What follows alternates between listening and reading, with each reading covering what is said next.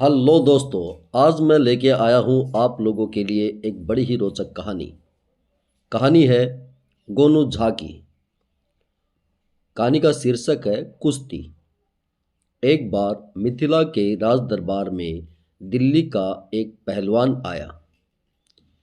वह 7 फुट ऊंचा भारी डील डोल वाला मजबूत शरीर वाला पहलवान था, जिसकी बाहों की मछलियां देखते ही बनती थी। मिथिला नरेश कला के बहुत प्रेमी थे। पहलवान को दरबार में बड़े आदर के साथ लाया गया। महाराज ने उसका स्वागत किया। मिथिला नरेश पहलवान गरविल वाली में बोला, मैं दिल्ली से आया हूँ और मेरा नाम ज्वाला सिंह है।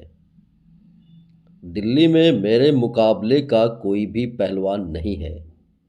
मैं आसपास के राज्यों के सभी पहलवानों को कुश्ती में पछाड़ चुका हूँ और अब मिथिला आया हूँ। मैंने सुना है कि आपके राज्य में एक से बढ़कर एक मल्ल है। तनिक मैं भी तो देखूं कि मुझे कोई टक्कर दे सकता है या नहीं। मल्ल जवाल सिंह, हमें यह जानकर तो खुशी हुआ कि तुम्हें मल्ल सिंह, यह जानकर तो खुशी हुआ कि तुम्हें अपने शक्ति का घमंड है। तुम यह क्यों भूल जाते हो कि संसार में हर कला का एक से बड़ा एक मर्मज्ञ पाया जाता है। मिथिला नरेश ने कहा, महाराज, द्वंद्व कला में मुझे आज तक कोई ऐसा नहीं मिला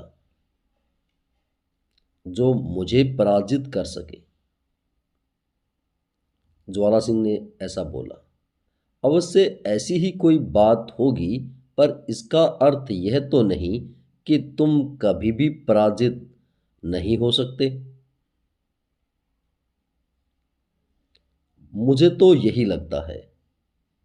फिर भी ठीक है, कल प्रातः अखाड़े में तुम्हारी भुजाओं की शक्ति और पैतरों का आंकलन होगा। मिथिला नरेश ने कहा। और अगले दिन अखाड़े में ज्वाला सिंह गरज रहा था। मिथिला के कई मल्ल उससे द्वंद्व युद्ध को तैयार थे। राजा के आते ही पहली कुश्ती शुरू हो गई।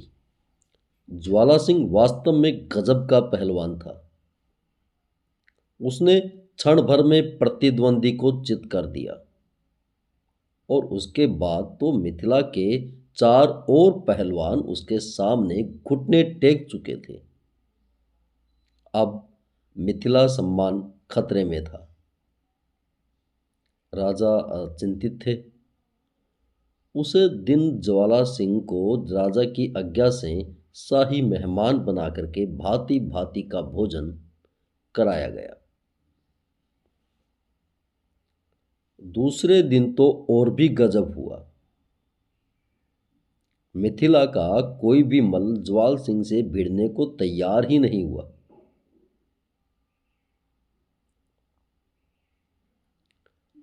अब महाराज समझ गए कि मिथिला का सम्मान कोई नहीं बचा सकेगा।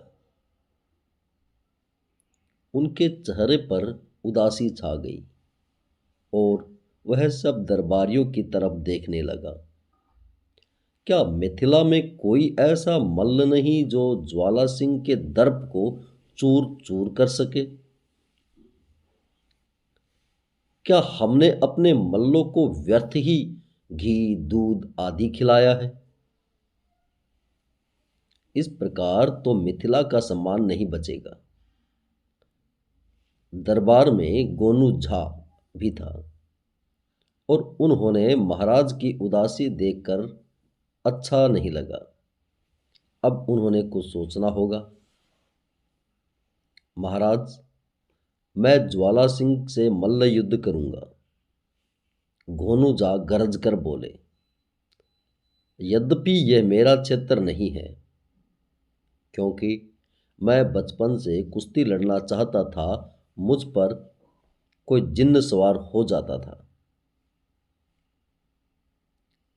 प्रतिद्वंदी के हाथ पैर टूट जाते थे। तन घर वालों ने मुझे कुश्ती लड़ने से रोक दिया। फिर बहुत दिनों के बाद एक ज्योतिष ने मुझे बताया कि मेरे हाथों में मान हत्या की रेखा है, जो कभी लड़ते भिड़ते मेरे हाथों होगी।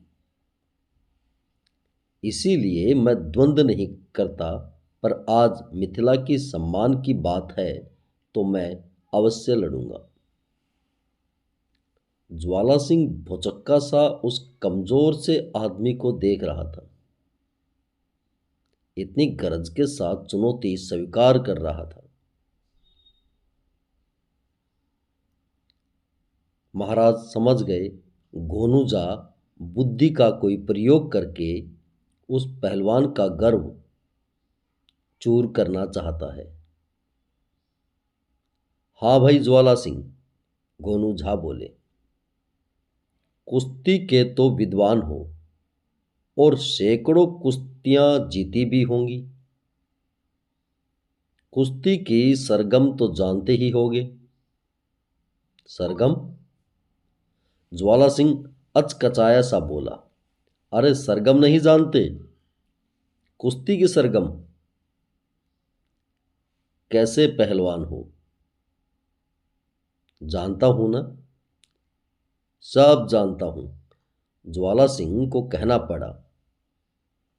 भरे दरबार में वह कैसे कह देता कि वह मल्ल होकर भी कुश्ती की सरगम नहीं जानता। होती होगी कोई ऐसी वैसी चीज, उसे क्या उठा करके दे मारेगा। तो फिर कल हमारी कुश्ती पंचम स्वर, द्रुत लय और पटक ताल से होगी। साथ ही काल भैरव राग में होगी। घोनू झा ने ऐसा कहा।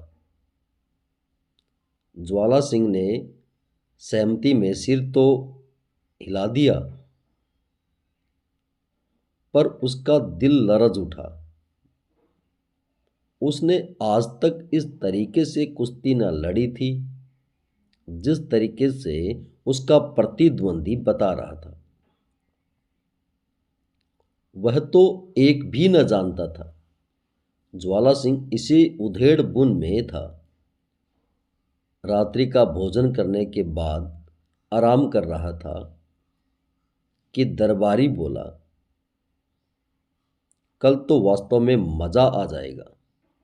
असली कुश्ती तो कल ही देखने को मिलेगी। गोनू झा पटक ताल में जरा कच्चे हैं, पर द्रुत लय में उनका कोई जवाब नहीं। आप पलक भी न झपकेंगे कि आपकी रीढ़ की हड्डी में दरार पड़ जाएगी। क्या गजब का पेतरा है उनका। ज्वाला सिंह ने होठों पर जुबान फिराई। आपने कहा सीखी है मल्ल विद्या? दरबारी ने पूछा। दिल्ली से ही हूं। दिल्ली में दाव पेच तो सब सिखाए जाते हैं, पर जब तक लय ताल का पता न चले तो क्या सीखा। घोनू झा तो राग काल भैरव के उस्ताद हैं, और काल भैरव तो आप खुद ही जानते हैं, बड़े क्रोधी मल्ल हैं। ज्वाला सिंह को तो कुछ समझ ही नहीं आ रहा था। अब मुझे आराम करने दो, वह दरबारी से बोला। प्रातः जल्दी जागना है। दरबारी हंसता हुआ वहां से चला गया। सुबह अखाड़े में घोनूजा शेर के भांति गरज रहे थे। चारों तरफ भीड़ का कोलाहल था। मिथिला नरेश अपनी गद्दी पर बैठे थे, पर दिल्ली के पहलवान ज्वाला सिंह का कहीं अता पता नहीं था। सारे मिथिला में खोजने पर भी वह कहीं नहीं मिला। महाराज समझ गए कि घोनू झा को विजेता घोषित कर दिया गया और ढेरों पुरस्कार से नवाजा गया। महाराज के पूछने पर घोनू झा ने हंसते हुए बताया कि उन्होंने ज्वाला सिंह को सुर, लय, ताल की उलझन में तो डाल ही दिया था। रात को एक विश्वस्त दरबारी द्वारा उसे इतना भयभीत कर दिया गया कि उसने भाग जाने में ही भलाई समझी। महाराज प्रसन्न हो गए। मिथिला का जो सम्मान बच गया था। तो दोस्तों, सूझबूझ से आप बड़ी समस्या को भी समाधान दे सकते हैं। ज़रूरी नहीं कि हर बार ताकत का ही उपयोग किया जाए। कई बार आदमी तर्क वितर्क से भी अपने दुश्मन को पराजित कर सकता है। ऐसी ही रोचक कहानियों के लिए हमारे साथ जुड़े रहें।